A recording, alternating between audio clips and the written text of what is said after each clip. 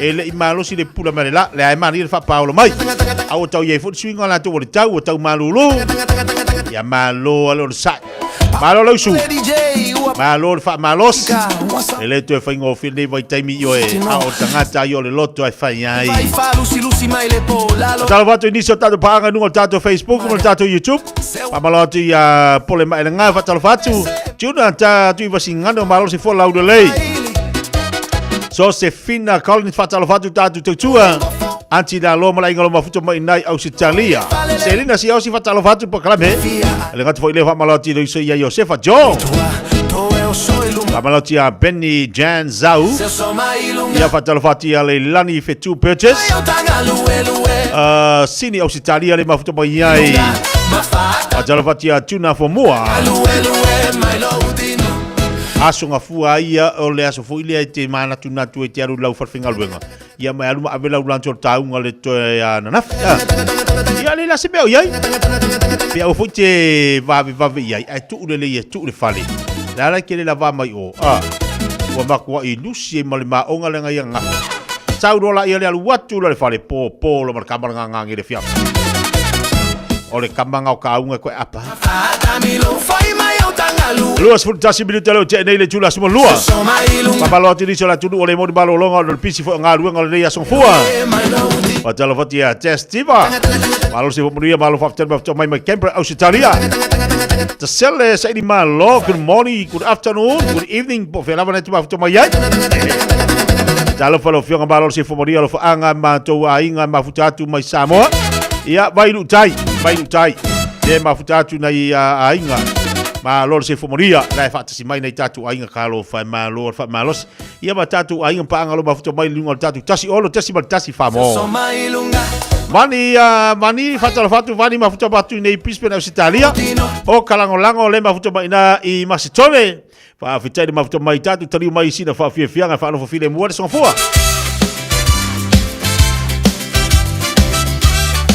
se fa balote nei tamau tina ma tu mo to malawa Musical Radio Samoa Malanto tua nei fo ia ulo le asonga fua.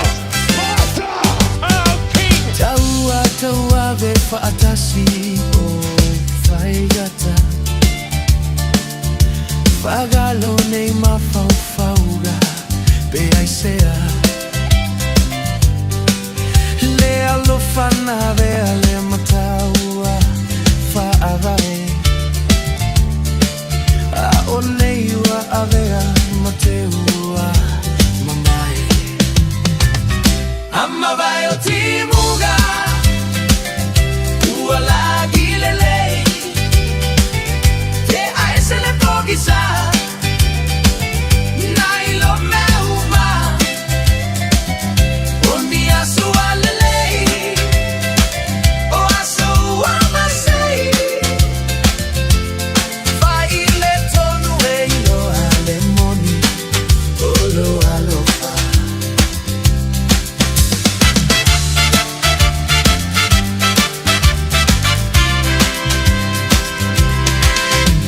Ne igoto ole la otuma ope aloita Le alofa moni le fa pena Ona uiga Le nei lalo lagi uatumu ifa soga Ia te patau la I tau nuu o manaoga Amma vai o timuga Ua la gilelei Te aese le pogisa Nailo me uma Oni asu alelei O asu amasei Fai le tonu eilo alemoni Olo alofa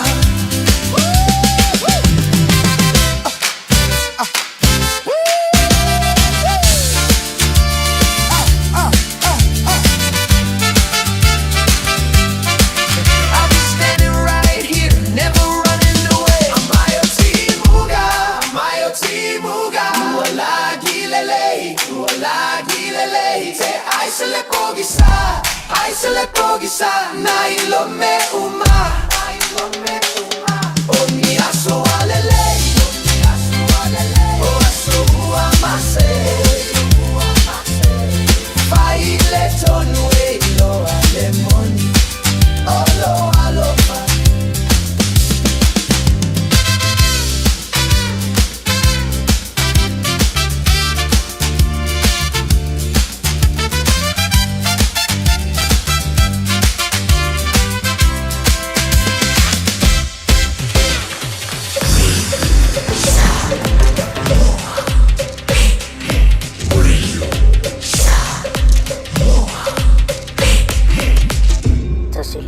tu amo.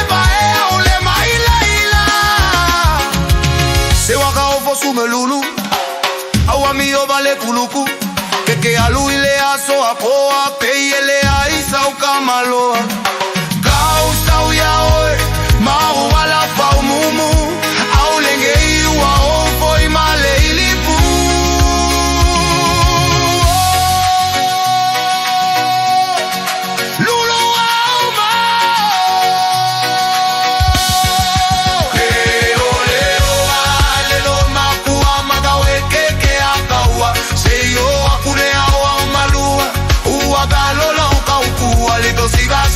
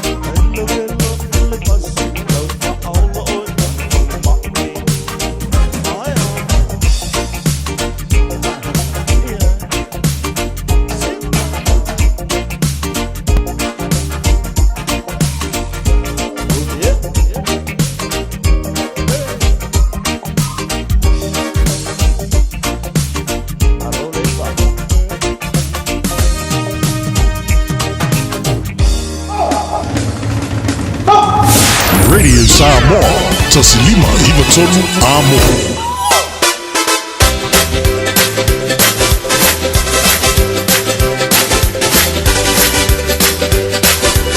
So e luas fulma family ta talo le tula jasi tali tula jasi na wat foi lo tatu telefonia to le ngana Britania le te manta to so ta foi le fionga ia le pepe tala ile o le unga mo tu tatu ti sale sunga di pule fa ilo ni so vai ngola unga mo tu mo tatu mai se tatu vai pe na mai sa mo tatu talo mo tele lava o la to unga la to tu o le mo fai on tu mai mo tatu ni foi vai taimi ia o te lo tele vai nga o ia tatu ni taimi o le e vai te mo te sanga ya me se lava na ya o ngal fa nau ya lo te wa ia te foi o lo fa tu mulia tatu nei inisio a inga o lo malanga mai e to tele la to lo malanga mai sa mo no inisio fo fanga fa la inga inisio la to o lo anga mai o fa lave o singa mai ya ba tatu o tu sa mo pe o tai o le usuia a matu si el fontanga ale parlemene le asa tai o man tu foi o le asa tai fa pe te ua a fa tonu ni ai le fono al parlemene o la fa tau loa ia sui to ru fo ie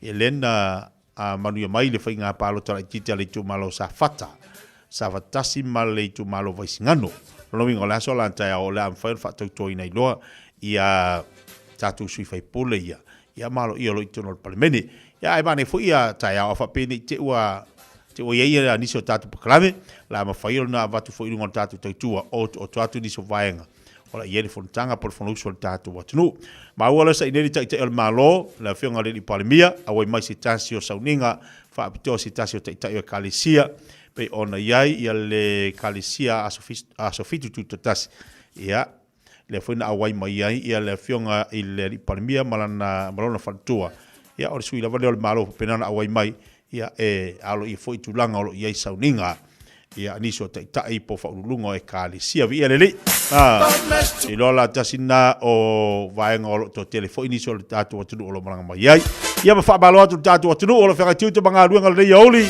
malo lava fa malo si tali mai ni so tatu fa fianga si filoi mo tatu le nei aso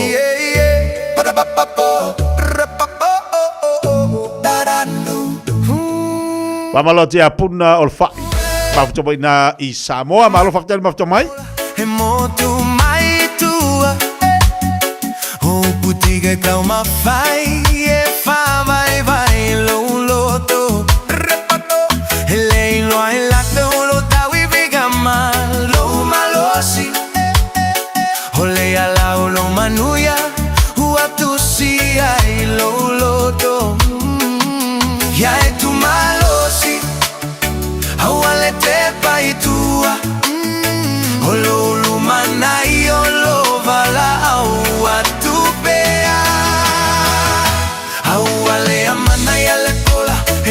tu mai tua essa vale luma awale fiu awale fefe o mitima fa amoe moe olo olata lata tu ya etali tonu ole manumaro lo fatali eto atele eto ma faie tau filo ala ai olo fa tu esilia tu nailo la tole etele la batala ono sai ai tu maulo malosi au olo angaga ele mafaiona motusia ya emanatua ele nao ile ala ya ile malama tai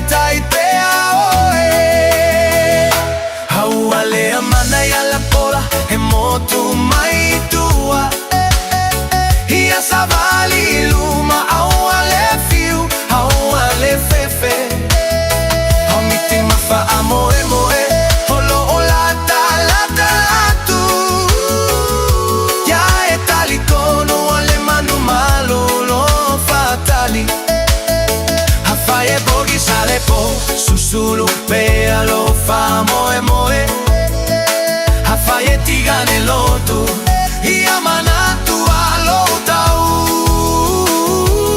aso pagata na onisi tempu ile manuia awale kote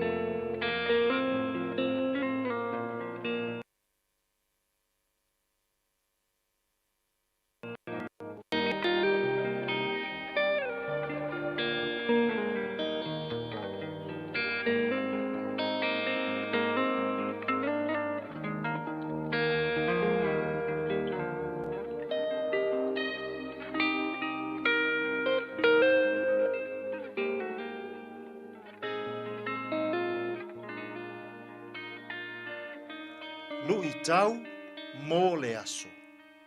Tina matama itai i le tusi pa ia. Women in the Bible. E seta lona mata upu e whā, a o lona foi upu e se fulu ma le whā.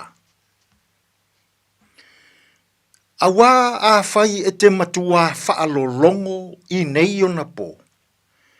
E tup umai ai le tu saunoa ina ma le lavea ina o sāiuta. Mai se tasi mea. A o oe. Ma le a inga o loutama. E whano o tou.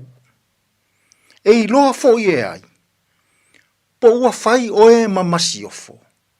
Ona o se aso whaape nei. Tina matama itai. I le tusi pa ia. Women in the Bible. O e seta. O se tina isa ra elu. Na whai o ia mamasiofo a asueru le tupu o Peresia. Ona o lona la le leitele. I ia ona po. Ai na wha o ngā ina e lea tuala na tā leni. O ona to mai ma ona nga wha. E whai ma wha ola i tangata isa ra elu. O loo no nofo i Peresia. Na whawhaue na amanu. Le tai au sili a Peresia. Se tonga fiti leanga. Ina ia fasi o tia ai more te kai. Fasi o tia matangata isa la elu. O loo no nofo mau i totonu o Peresia. O le mafua anga lea na sulu ai more te kai. Ia e seta. Ia lofa lava. Alu e va ai asueru. Ina ia fesoa soani mai. E faa ola ina. Tangata isa ra elu. E malu pui a tele. Le tupu o Peresia. E le so ona alu i aise tasi e va ai le tupu. E fai mua se feuta na inga. Ma atofa ni aso. Ona ftoa ma failea e lea tangata. Ona va aia a sueru le tupu o Peresia. E o a i le masiofo. A alu e va ai le tupu. E tatau ona feuta ngai mua. Ma ia i loa ina e fita. O le taimi, o le aso lea.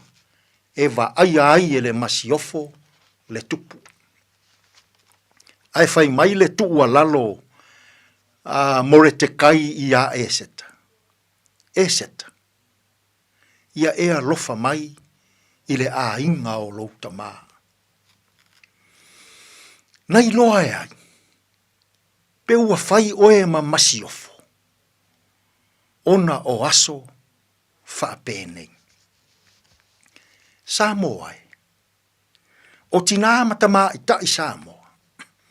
O masiofo i totonu o tātou ainga. Lātou te au maia le ola, lātou te au maia le nofo le lei, i totonu o ainga Samoa. Mana o mia ni e seta, i totonu o laufai ngā mālo. Amu e mana o mia ni e seta, i totonu o a tātou tāpuai.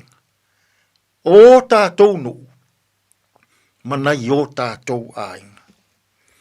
O ta maa i tai, anga waa, to mai maata mamai, e le fefefe, ae mata tau i le atua soifua, e whaali le mea sao, mai le mea e sese, e whaai loa le mea le lei, mai le mea e leanga.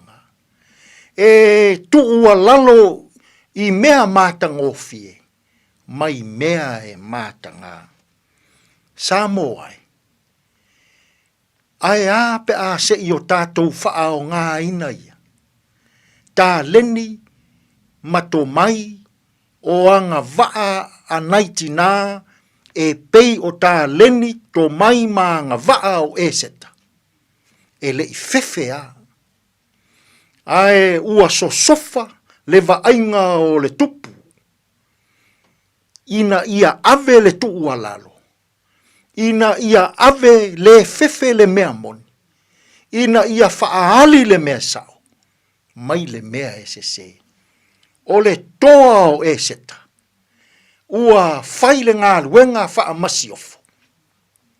Nai uai ina fai ane asueru le tupu o Peresia. Ia toe faa tau wina nāman. I le la au na ia fafaua. Samoa. O le tua lalo faa masiofo a naitina. E toe faa tau wina ai le tangata fau leanga.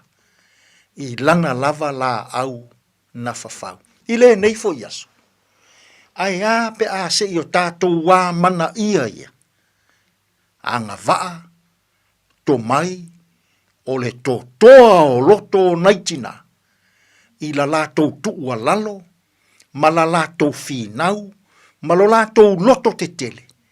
E whaali le mea e sao, mai le mea e se.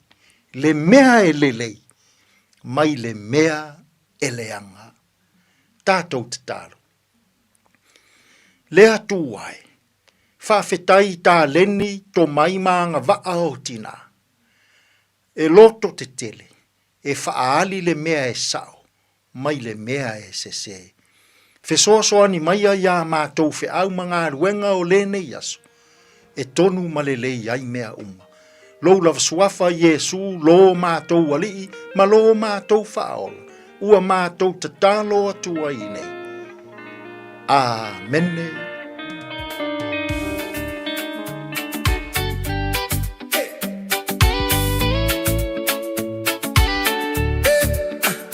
Cast your burden unto Jesus. He cares for you. Cast your burden unto Jesus. He cares for you. Cast your burden unto Jesus. He cares for you. Cast your burden unto Jesus. He cares for you.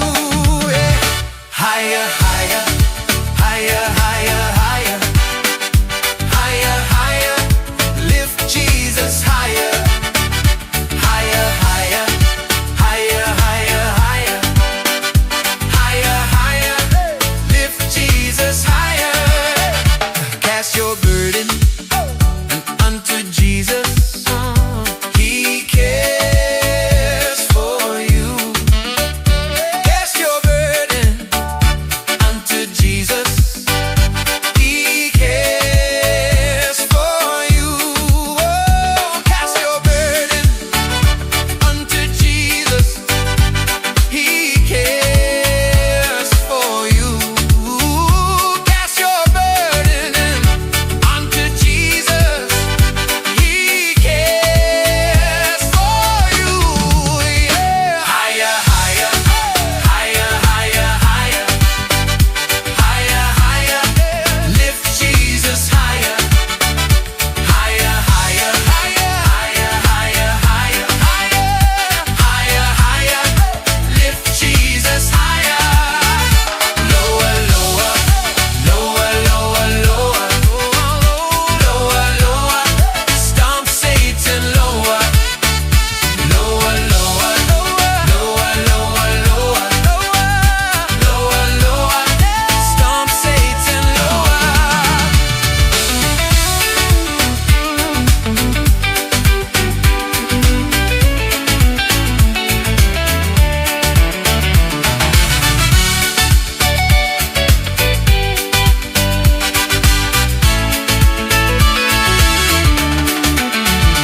Yeah, I was walking through the fire with a heart full of weight, trying to carry every problem like it's all on my plate. But then I heard a little whisper say you don't have to break, just lift your eyes up to the one who never makes a mistake. So I dropped it at his feet, yeah, every sorrow, every fear. Cause when Jesus in the building, every heavy load clear. No more chains on my mind, no more pain in my chest. When the Savior take the pressure, he gon' give your soul rest. Cast your burden unto Jesus. He's the one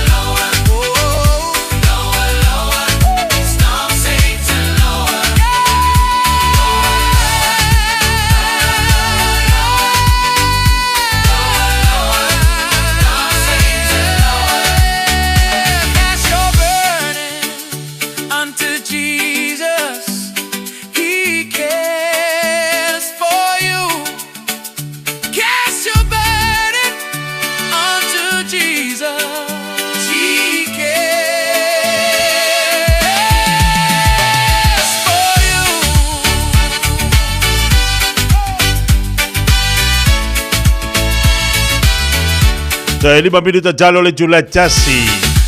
Ia nawe whaafonga mari tātou wa tunu ule nei fo i wauli ile tātou pukalame lui tau mo oe o se tasi fo tātou pukalame whaale nganga. E lava te whaafonga i lungo le tātou teitu manungo tātou pukalame i o lo momoli atu i atu oe. Ia awa lava le teitu luina peo o i le aso male aso. Au e whenga iau tūte mga ruenga. O iau whaivalo filima peo le masani ai. Ai whaafitai e maua le wanoa. E watu e le upo le atua. E fsoa sani le tātou fo launga mo le tātou sa malinga. Ia te 5 minuta talo le July tasi on tali wat foi leo tātou pukalame watu tātou telefone ngana petania. Manato o leo ato tele i latou. Ua toi tali watu mo le amtani o tito mga luenga. Ilo mo tātou so te inga mo le fionga le pepe tala i lene tātou tautua masani. Pe ona ieli tātou pukalame le titi sa. Ia ai o se ai ua faisi pisi tele o tātou tautua. Ia o le fionga le pepe. Awa ngali at oe. O le olu atasi li mo le tolu fafa. Olu atasi lima o le tolu fafa. Le telefoni na te mo ile fionga le lipule. Ai o le au nanga mo le tautua te mo ina le tātou mauta Samoa. Mauta Samoa lo ieli tautua. Ale fionga le pepe fata se fatarenga tia maniso i la tolo ngā rueina le tātou mauta Samoa. Ia te la vaenga lo ieli la tautua. Pe o leo mo whai ona tongi atu nei le pawa le moli. Leo mo whai ona whai atu nei whaantau o le pole oka le fale. Whai ona mai tātou vai mai Samoa so sani rau sefua malo loina. Pe ona ieli tātou sasalapa. Ieli tātou vai yesi, ma tātou vai tamalini. Ia, wai ma tātou talo. Wai ma tātou talo. Talo leo mo whai ona tuina mai. Ia, au ale whonga tau mafa le tātou watunu. Te lea vaenga im whai ona o ieli tautua nanga le whionga leo pepe. Ia malatu tautua ben masani tātou maltarenga te tia ai wala wane ile lua le tolu olu tasi limon tolu fafa olu tasi limon tolu fafa au wa ia tu loai malo si member sun male la sau mane ile la ni oli kim fa baloti ni afta vale ele misi ale vayaso ia matatu ni poti o tu ina mai mtanga luenga leo fa te foi ia inisio tama fana o tatu watunu leo lo nga lui mtanga luenga leo o lo oto ai vaenga me lo tupu ngola tele ai mai se fa blave o lo tupu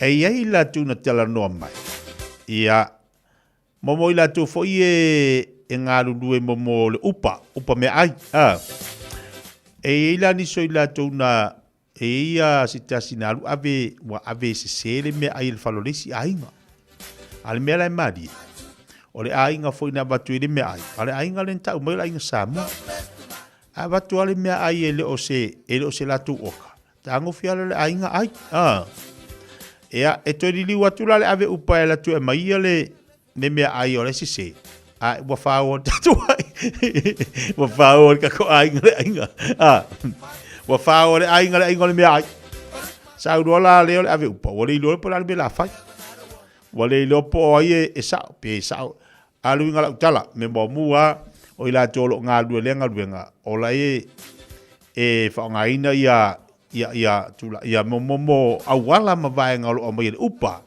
e mo ri di okama lua ole ainga avili oka a fa pe vatuale oka te sila fia ele o si tota maftanga lena ia na e mali ele awal fa ngaina ai tu e ili te mi tu e fo ia tu wali tangata lena la tu momoli atu e tu e au mai ai me sala kamalo me ai se vanga nga se o ka fo ile te ilo te ala ta ya ola ta ti au ta I fa tu fali ya wa ia ila tu e momoli atu mo o ka me ai na tu lola ia le tu I fa ya fa te ingala pe o fale fo ia lua ia e lua tu atu ya fa te ingala batu o le lima lua ma le lima lua ia ava pela va tu o ka le lima lua ai la tu ngata na tu le lima lua ia mala mala tayao ola tali mala ainga lima lua ale tati au ta fa le lima lua kamalanga ele se o ko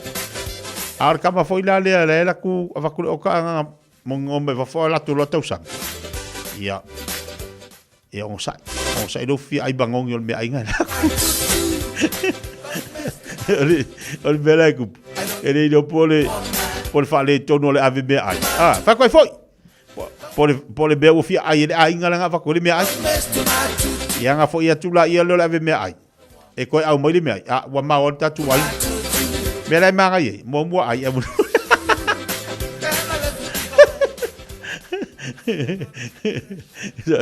Zangare ka akia ko pe ua dia. Solo mo le mea.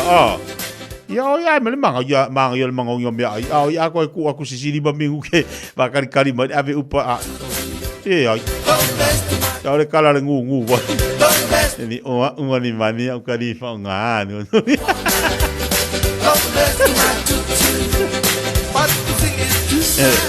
Nga ba ko be merkala ngu Tony. Unga ni mani ani fa nga no Tony. Ai ba ya. Ai pa wal bia. Kau ko sa dai gigi. Kau ko sa dai gigi ni se vai pe ko ra si ave upa ni. Vai si be singa ai ngari io. Tak wai fo. Ya me fo ka ko ave upa ya on sa. Ma ia e do de lei o le address nga ave ai ma vai de lei de me vai ai nga vai. Ya do le. E do le mo lo ku pe nga se do le address ave de upa ri. E ka. Ta tolu le tu la tasi si fa fonga. Ta tu telefone ngal Britania. Tasilima Ivatolu Amo Radio Samoa.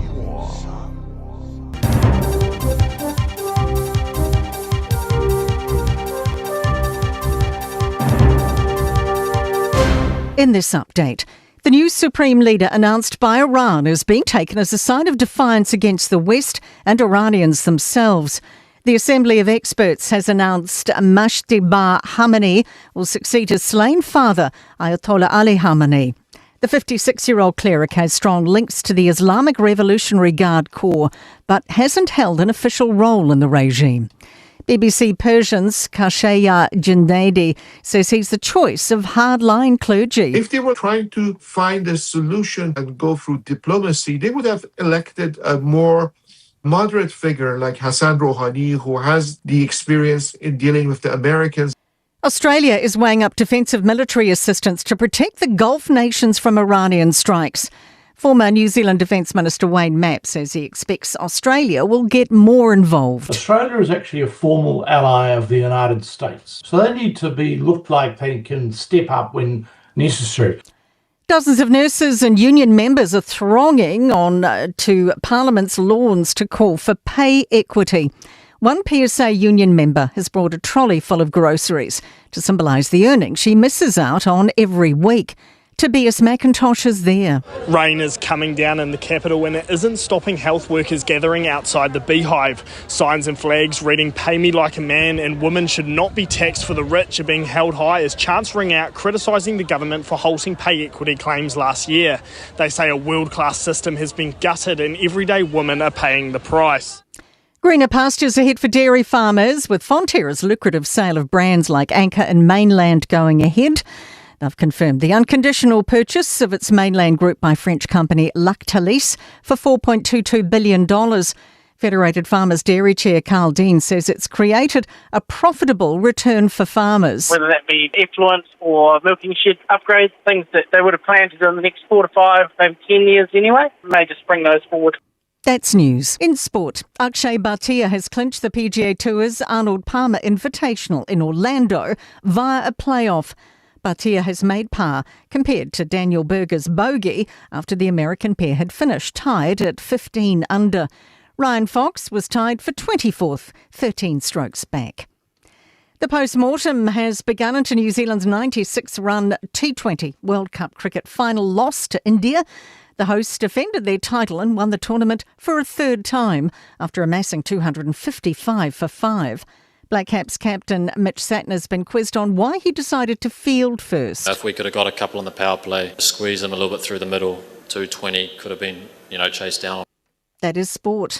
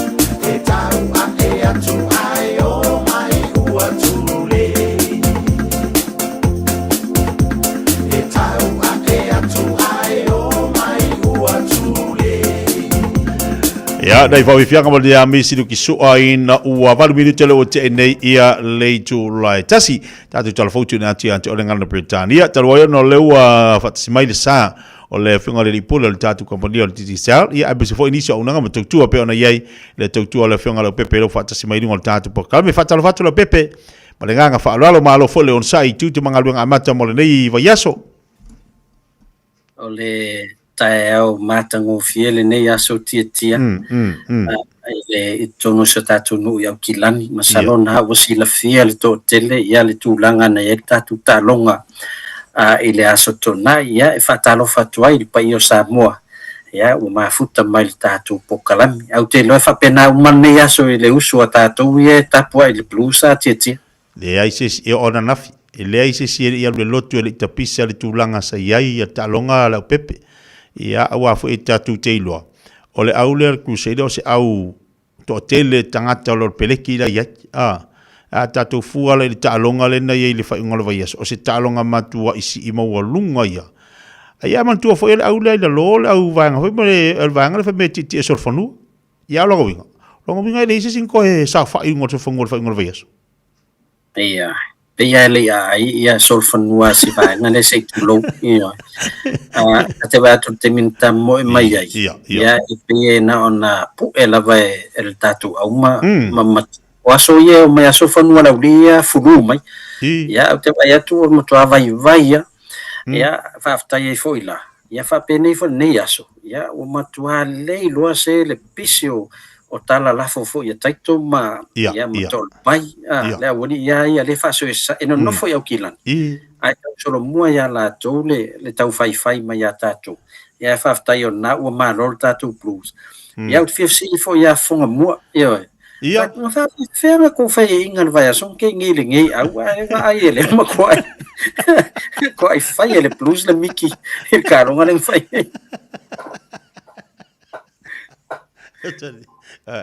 o le mea na te o nga kufa ke fisi dia fonga mua pe a malanga mai pe a te utau no mai so fa salau ia ava pele ta o toia ta tia o lo te lo na usu male sunga la o tai o tavai wa ko esele tu langa wo ile o tai pe o le aila e li bela e mo ko i dola ia te tau ma fo ta lo fa ngol verso au le te so fonu so le makau kia ai pe le ta o sunga la o ia te to ia lo winga o le verso ngi ia e daki ko ki le o ngal savari makai so fongo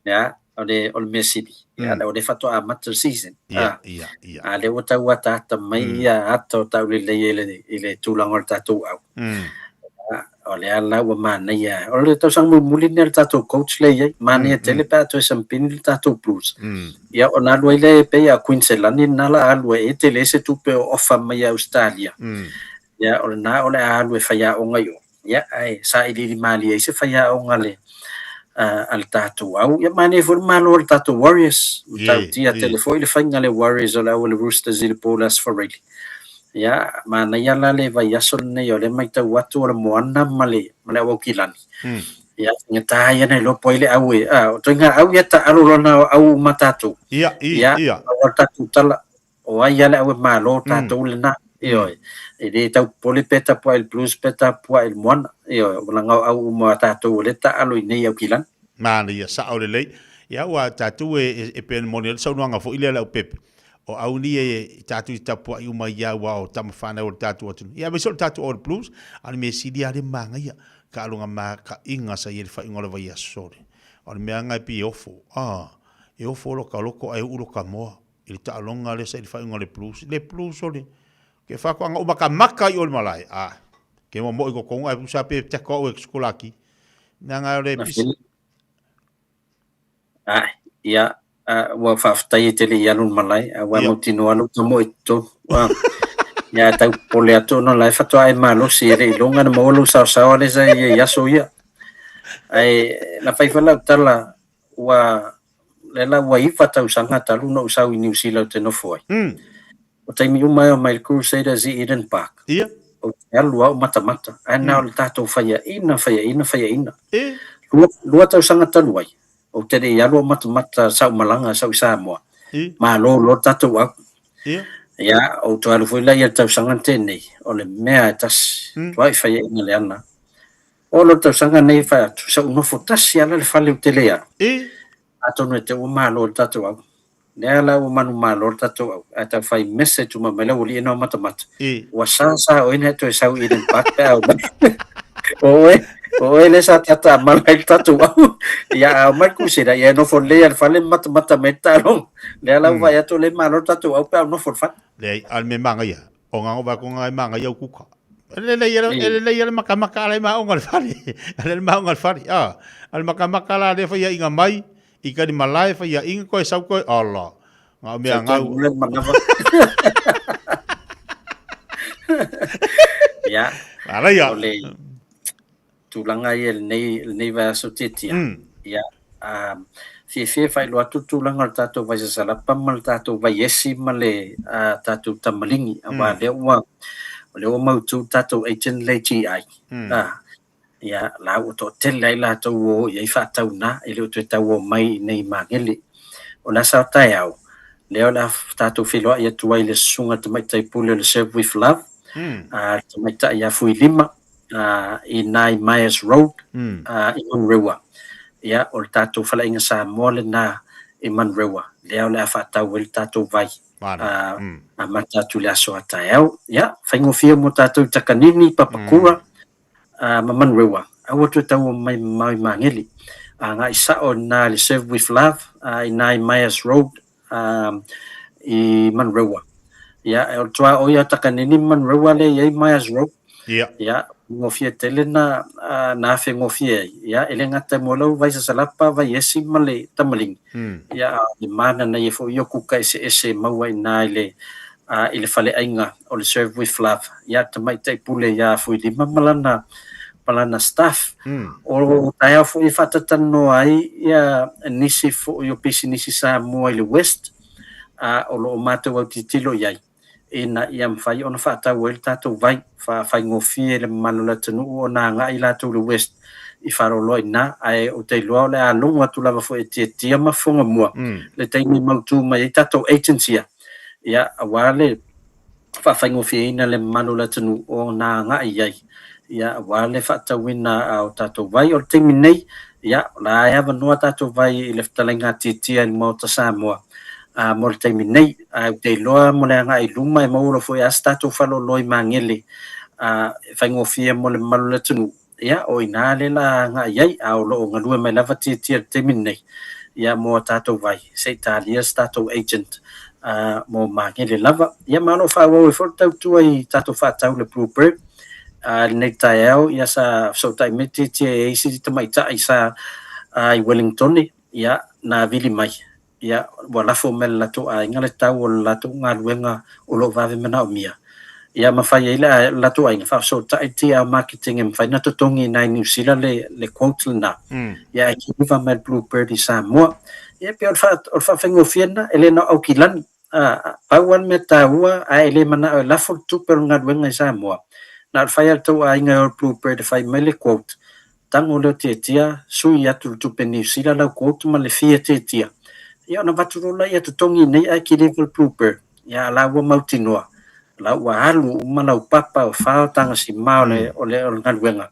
e te leto tau pole la foina se le nia titi na ia o awala faingofie so ta inga faingofie e leto e popole pe atu vale le loto pe ala fo sa o le tupe Samoa lo winga o le ama faina e nofo nei o lo to o lo ma fo fa pa wal mea o le ki liva fa nga yon ngaluenga ala to apea tato ina ile pi o laso ya o mani telefoni si au nanga mo le fo nga fa temo fa malo i le fina mo sa ili malo au wala ese fa faingo fia ia ne o tato tangata inei ona faini ngaluenga mafsosa ni ne tato ai ngai Samoa me se tato vai te lo langa pe ona ta u ni so tato tano nga le pe o le telo tato o tato tangata o le ai si tu lo fa fonga le tonu ai o le taua le wa ye ma vai so ni so fu malo loina ia to tele le la to lo mo mawina le tau o tatu vai o vai esi vai tamalingi mal tatu vai salap o so soani la to se fo maloina wa ale maloina tino ia ele telefoni me te mafo fo fi faito no la inga le pepe Ia martulanga foi le o te fatali se e mai ona fatua malolo ina lo tau mafa a timini ia si ai alfa spo masima la inu atu malesi ia la inu tu marsa salapa ia la ia alfa tasia nutrients o mea soifu malolo ia me ai ia langa pauia me ai lo available nei ai New Zealand o le si tato au nanga le fa manino metitia ia o tato cash power la ua loro la to no tu vai asunte nei ia to tongi la to cash power o ia te tato officer e fa mai te so ke o foi cash power ka mai ngo mai va ko ma so kai lo se la kai ko se la alo fa ko se to maliu la fa o so nga tongi na cash ia lo fa mai le ai le o to tongi ia ina ia to le ia le fa le ono vai aso ele to vili mai ia cash power ia o ava norta to mantua o lewa nanga le te cash power e nga mula to e sa vali atu lo ofisa vatu le ngoa le vale mita ma le mita nampa ia to tongi lo en fena tongi le boss pe cash foi ia na process lo le tia ia matu atu to li siti ta usamo e ta ngofila to e enter ia a faya ele o lata i foi mangele tatu ofisa ia ele la lo wanga e lungo tatu Pacific 40 ia vai la to au nanga cash power em faina tongi online night pauna la wala online lo available mo New Zealand Australia ia tongi cash power fa nga talo fa voucher Pacific 40 ale tau ana o tatu vai sa salapa ma vai esi ma le vai tamalingi na tau anai tau ma fai titia o le olo na ma fau ile pe anga ia tu le tunu ia payload cash power ia vai la na atu te tongi fa afia ai vave na uma na vai mo fesila tangata lai malolo ina mo le vai salapa ia mo le vai esi ma me na te le inga so usa ia titia o to anga e inu le vai ia o le mela wai titia sa salapa ta e au tamalingi le uli a esi le tia Qua fe fo mai.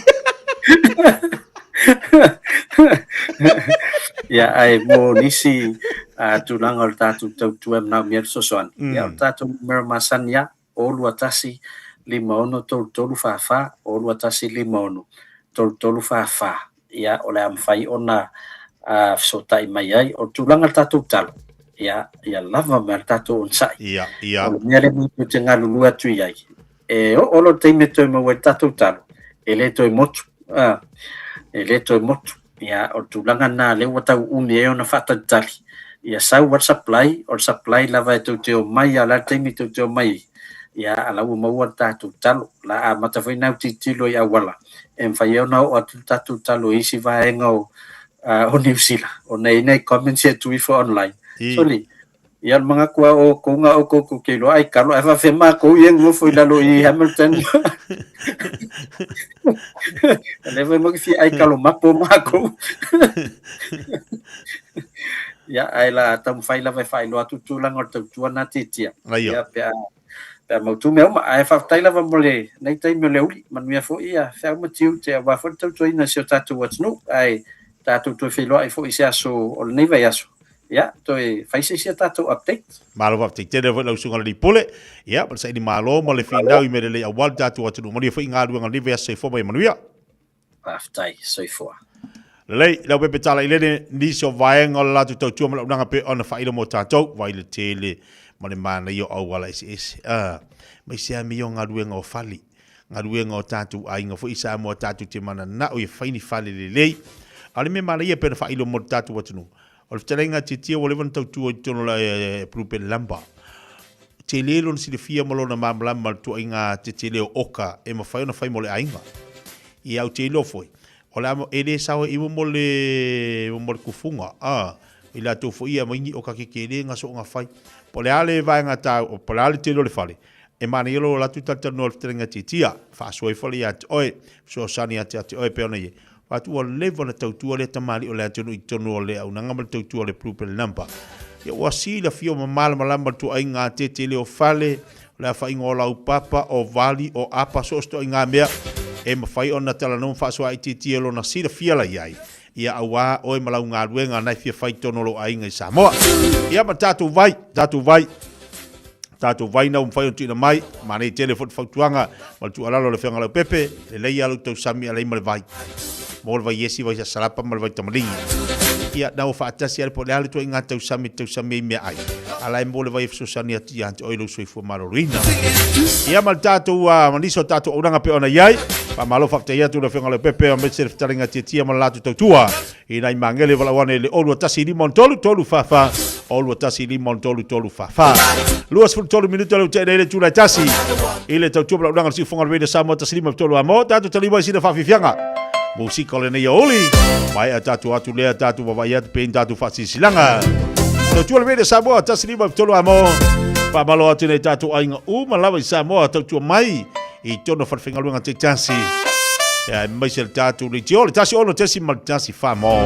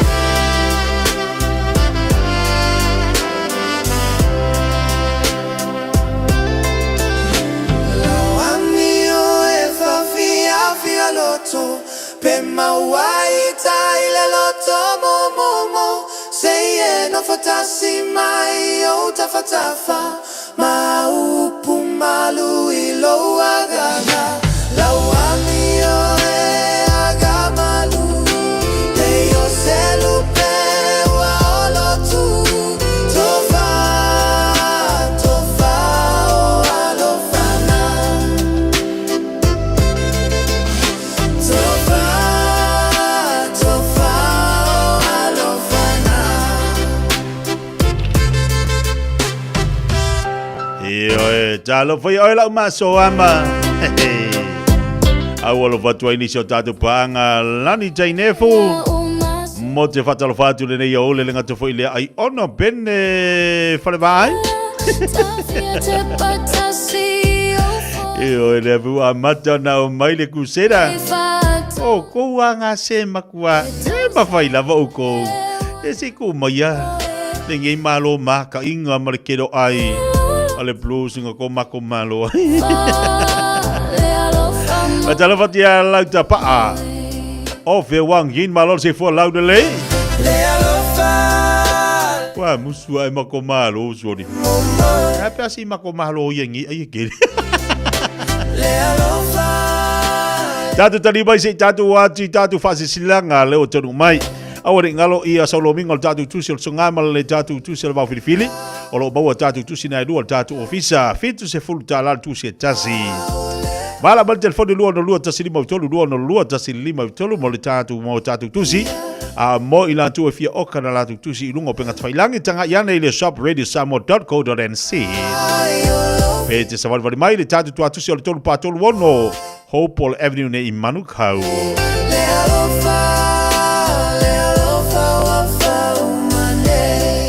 A inga salua fau le pi tonu o ta fito i mangiangi ma tu te fatulu watu o pa ia so saunga ta Samoa o pa ia lava mai de vavau e o le vavau tu low na lava ai fa pito unga fale nei fa salunga i inga salua fau i le pi tonu o ta fito i mangiangi fa taila nganga fa ma fanfana o le tua le tama le tua le alo ma le tua le nganga sa o ta fi senai i le pongsa sa au fiti ai le tatu ainga ona o le tua o le malo se tasi sa vea ma fata ma o le ainga.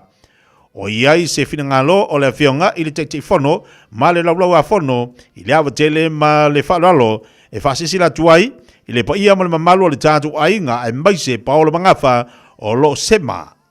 Ma sau wa malu ai le tātu ainga, o le awhatanuina le tātu maftanga i le aso tonai, aso lua sumal valo nei masina o iulai i le tula sumal tasi i le tai au le moto le afionga i le te fono se fulma le fa pe Sarah Place i Isala Elu. I nai o tara a whamalmole ma na tua mai lau fisosani ma South Plate tau maftanga mo le aso ua tupoina. Whaaftai se nina le fase silanga e le te fono ma le lau.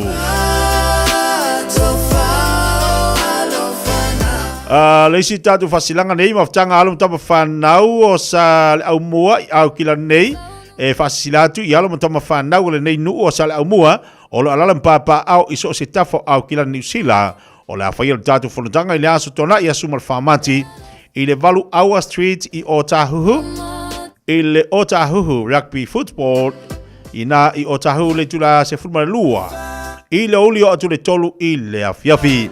E wha mautuni ai ia fuafuanga mo le whale aonga primary school a le tātou nuu i Samoa e ala ni tusi sa tauri maina.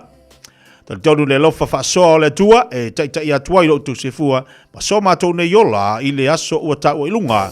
Mo li se whamtalanga wala awane i le whale tusi i le oru o whaatasi tolu tasi fitu tasi.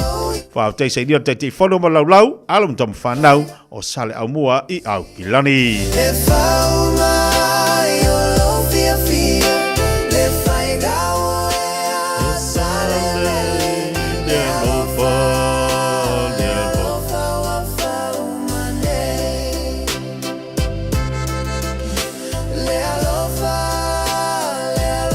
Ya, pauna o tatu fase silanga, le ua maua mai le tatu wa tunu, ya ua fo inisio maftanga fa ingo le vaiaso, male nei fo masina. Pamaloti ya alala toa, ipufa, Lijan, e ale fatasi mai, fatasi atu nei i Samoa. Teina le fa ulo i tongo, ma lo faftene maftamai. Ya, matang ofie sole, ole aula fitino tapua ia sole amakua i o fangoa ngoa ia fikiang il tayau. Sole pole Spain. Le ala tele maua, po ia malo le final Spain ma felika. Ai na umalo ale ta alonga no tapua i o fiti alo tapua te to fitu. Ai o fa ando no ni ile faia ina fiti ya Spain. Vai le masau le sawa au de Spain wo ye. Au ia sa tatu tiro ya sola. Au nei sa tatu wawa yesola. Ele ise mafofofo ile afape a mea yo no o mai tamusanga nei. Argentina. Ai peitai, sorry. O mai au nei tape i lalo tatu manu Samoa. Leo tatu tautite leo te wa aise manu Samoa tatu te tofitu. A leo South Spain wawa le South Spain sawa final. Final Spain. Ma a felika. O whanoa na nei wa usawa na nei mara whanoa. Ua le manu malola o no tapua i eili tamu sanga. Talo fai fiti e toi oso fai le la. Toi oso fai le la na ua fiti. E se lo fia te mata le au ne fiti. Yo e wau te ilo fiti o le numero tasi o le teito fiti. Ai vai fai toi ta liu mai a felika la tō li talonga. So le matau tia. New Zealand. Talo fai a New Zealand. Ia malor fa malos i New Zealand. Ai lunga tatou. Lunga tatou. Talonga sai fa ngol vaya so la tau si le file atu no Tātou talonga supa pe ona yele moana mo tātou Chiefs. Ia le na o au ma tātou New Zealand. Hurricanes, ta alo mo le Waratahs, ma na yele marumalo le Hurricanes 5-1. Se e mai le sau le Highlanders, tolu se maanga i le kalonga le solo. Nei a tele talonga lea, tolu sumalaiva i le tolu sumaltanse le Force. Po fale leilo le Blues. Ma fai atu loa i lau titi e solfanua. Nā mai toi fo i atu i na lo masasa atu i na lo o tau. Oi, sasasa atu.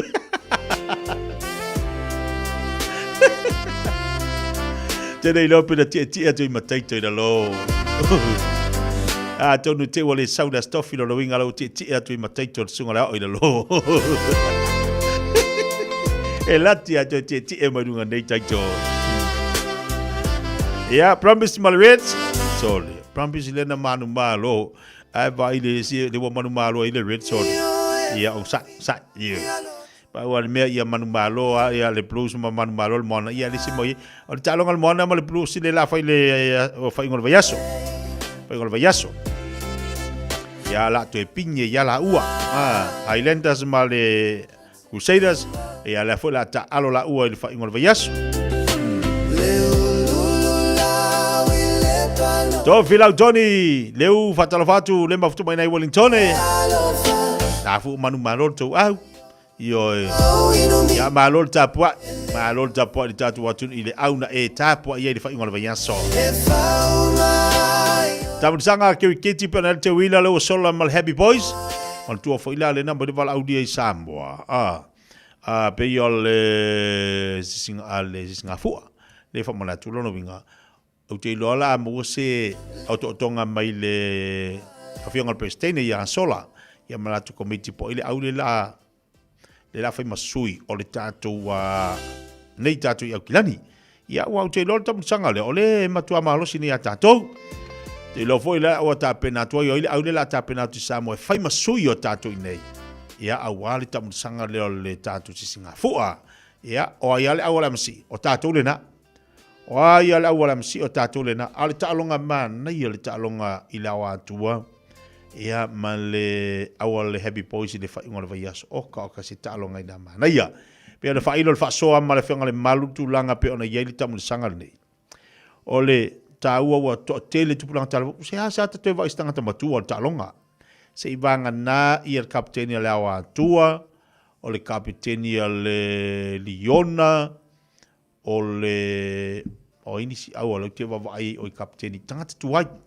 se wa ngana ila tu tangata matutua ai mari fo yo le au matutua e fa maru fa solo la tu lo ana tu planga talvo o te la o au te vini tu planga talvo ia fa malo fo le fionga ya le pestene ya sola malatu committee fa mo popo le ai o lo anga ia ama solo le lei lava tamu sanga lo fa tino ina le telo tu sanga le pinka ma te wila le wa ye mal tamu sanga le fanau ia le ala ua uma tamu sanga o le te sanga fo a tol sfo te lo la to telefo ila ia ila to wala a wai ia manisi au te lo le tele fo ta pedanga la ia ta tu tamu sanga le pinka ia fa malo atu ila u e si wo so ia au nga juna ia mal awal valele pe ona ia fa ingol vayaso malo la brother ia malo on sa io walu atu mala u ke po amala u chemen pani o fa ka mala u kama au nga ia mala latu au fa taia tai so ia au ia malo le va mali tatu wa tunu la tali mai sina fa fia mo tatu le nei oli te tolo ina pele malo tatu wa tunu fa ngati to manga luenga fa malo tawa tai malo nga lue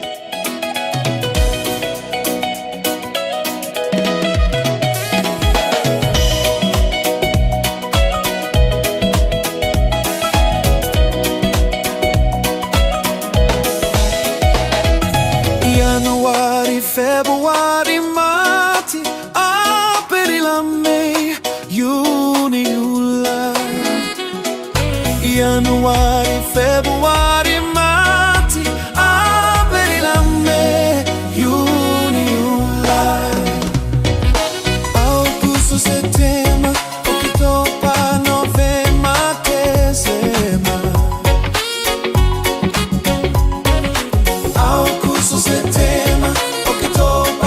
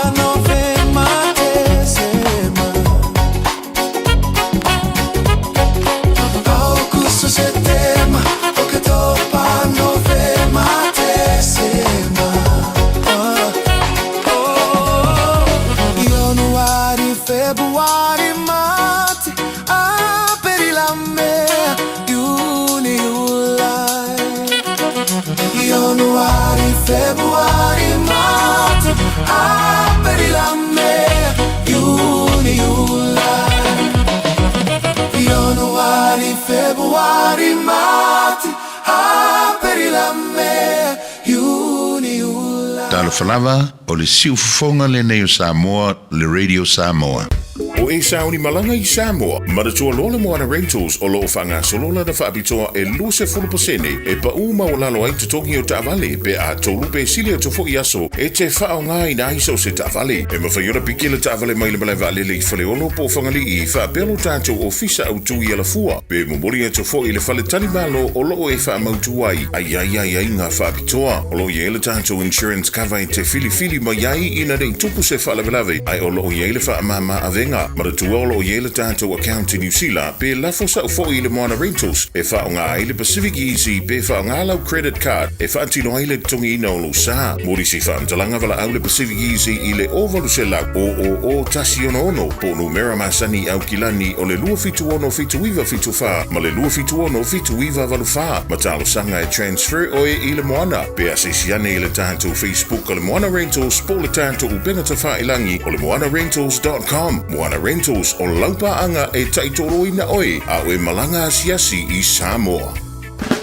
Sunga o whenga whakao e lo kawa le whau maunga Max Ila. Senga o ka amilo e o kilani. Mo koe foi mai lava I o Tara I le Tire World and Auto Limited. Lea ma o aiso skoi ngā meg ma pa o kawa. A o le me Pico City. E ngā le lua lima ka aladwa ia so le kokongi. Le Tire World and Auto Limited e te maua I Ta'avale ma pa utau ngofie ia New Zealand antoa. Mo fo I se ti mag wheels mo so se tu ai ngā Ta'avale ma le telo isi au unanga. Warren Up Fitness I le na o le se fulu tala pia I wha I lo ieina e wha afafonga le Radio Samoa I nei wha abitoa. Talia wins quotes, cue cards, maisi. Walau lo le Tire World and Auto Limited I le lua fitu tasi tolu o mo pa Ta'avale po le lua fitu wha tolu lua o mo le whale inisinia. Hey, don't be that guy or that auntie ignoring a sore throat. This isn't just some drinks and lemon tea in your sweet situation. Untreated sore throats can lead to rheumatic fever. Nobody wants that for their family, eh?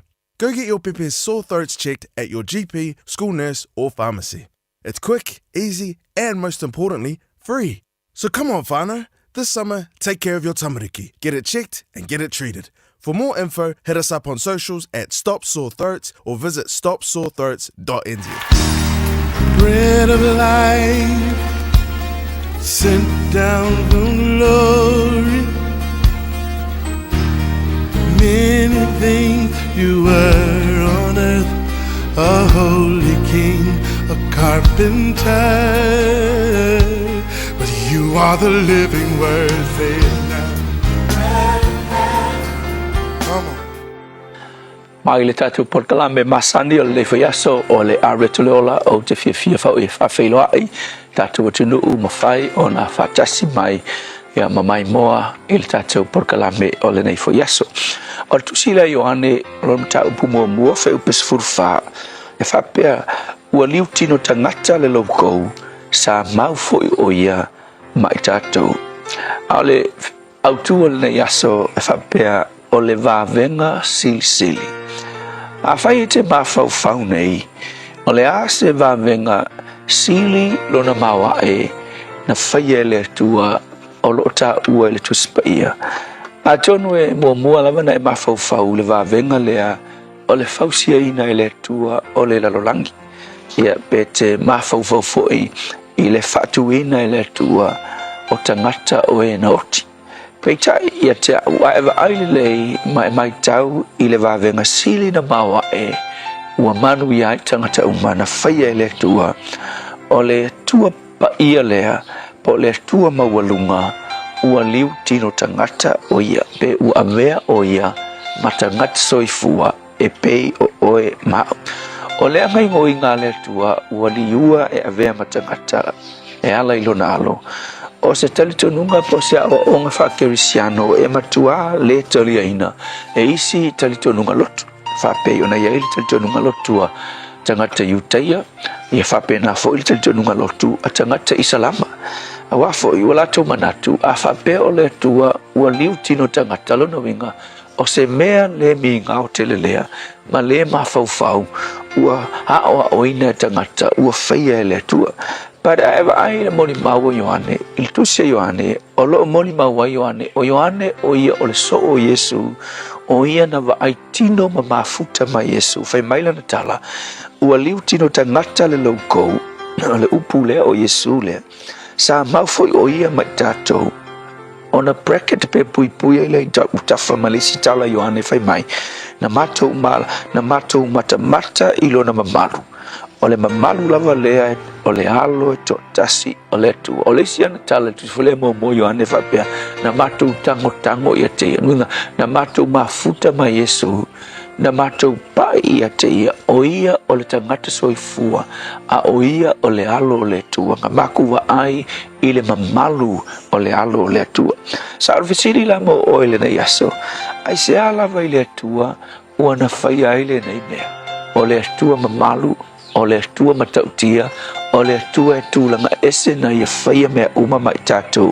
Ai se ala wa ia tau mawhai ai ma ia liu tino tangata e ala ilo na alo. Ke ilo le kali whai ngofie na ia whaia le nā mea e mō lo whaolatanga. E mō lo tātou whaolatanga. Awa e mō mia se tino tangata ina ia whasala ina awafo o le tangata na ngasala.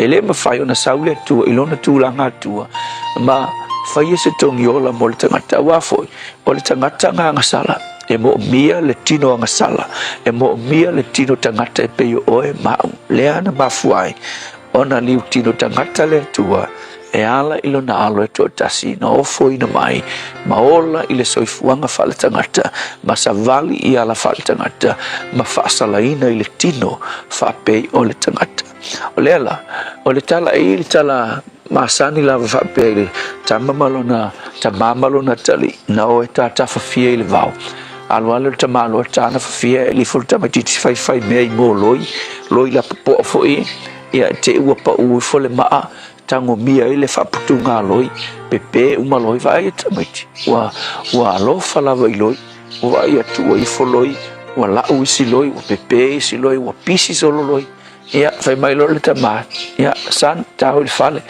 ai fai mai tamditi e tama fatali au tama ai sea e ape a ka fisoasoagi mo i loi vaaiga i loi pepe isi loi ua pau i ai le maa ka alofa i gai loi vai ua pisi solo ai fai mai le tala le tama a san i le mawhainga ka fisoasoagi i loi ma ua langona o loi se ilonga tate liu loi o nga fua mawhailo o nga ka fisoasoagi i loi o se tala ma san i lava na e whaalongo ai ai ke loa o le o nga sili na tāua o loi ai whapena umalawa le mea na whaia le tua le tama ina ua ngasala le tangata ua o mai le leanga i tangata ua mo mia se awala e lawea i ai le tangata ngasala ona saunia le tama o lona tali e avea ma tangata ina ia whaasala ina ia ola le tangata mo oi le aso le nei ia e ola ma soifua le nei aso mai mana tua le vavenga silisili na whaia le tua o le liu tino tangata leo lo nalo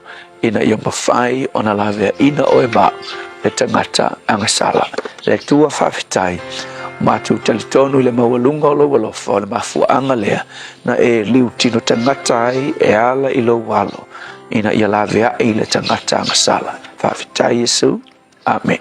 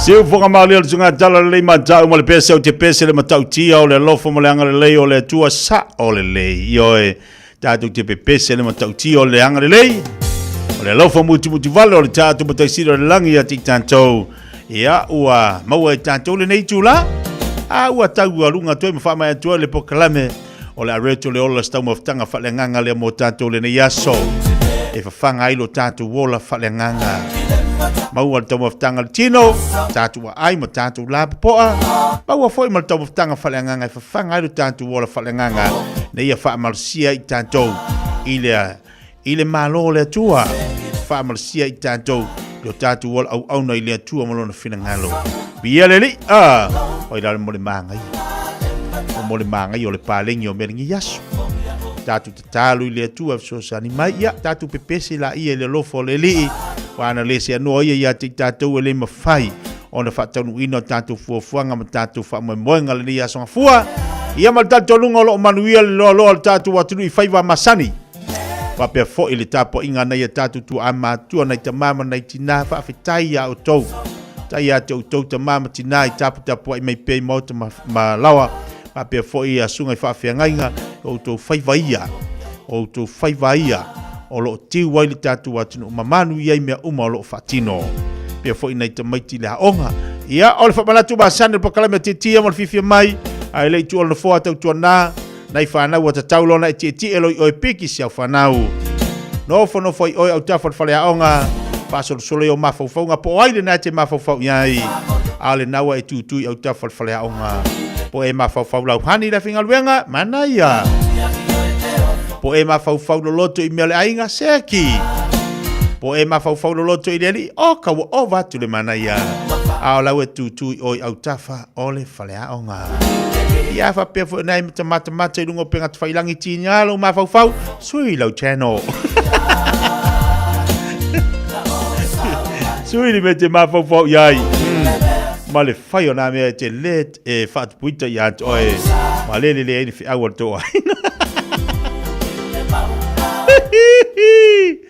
ma le fi auto ai nga ma ve ma me te no to ai misa ma to tonga ya to lu to se ta to sa nga mo tato fa fi tai te le lava ni tatu ai nga yo e ma lo ale on sai ba fa ko kala e sa la kala o le si ngari e wa ka ai misa me le ma no Facebook e wa vai o le si fa mai e ang sa e ai ang swa e ta oto a me le malo ta oto a me tatu watu la ngalo ke fa ya ko ye si la to wa fi ese ai o tau ai misai o mela ya nga i mai li tatu watunu au te popoli foi na mea au te popoli tu upe mela atunu ula tu pau mela o te talo a ia fa sanga o fai le leilo ainga ma fai le leilo nga ruenga ma va ai tamaiti le nane ma va ai si auto tonga ma va ai lau ai tu ai no le veve si fuolo ma fo i mela tu pu mai o ma o ai fatanga e ke le fie se ai ku au kilo le ai ku ngale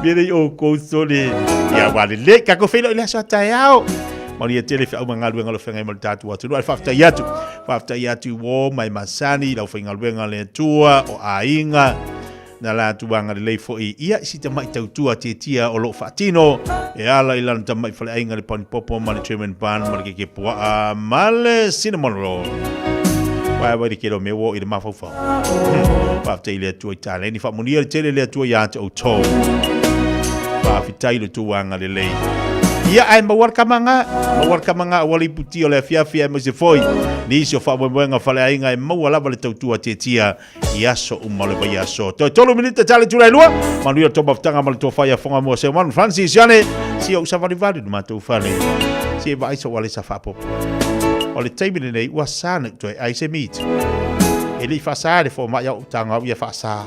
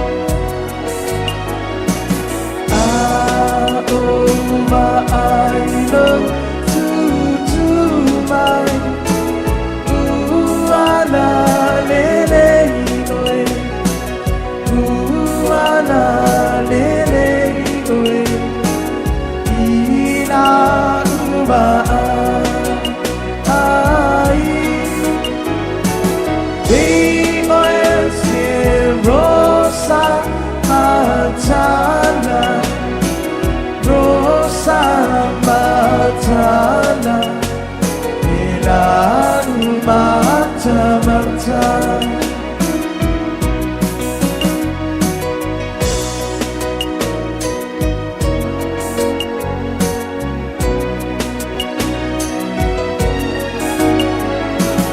Oh, Tempa Alata.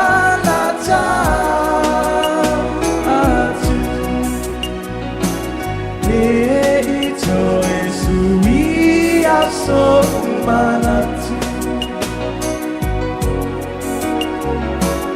inane ie fa asili seta asi a onitani ano fa atari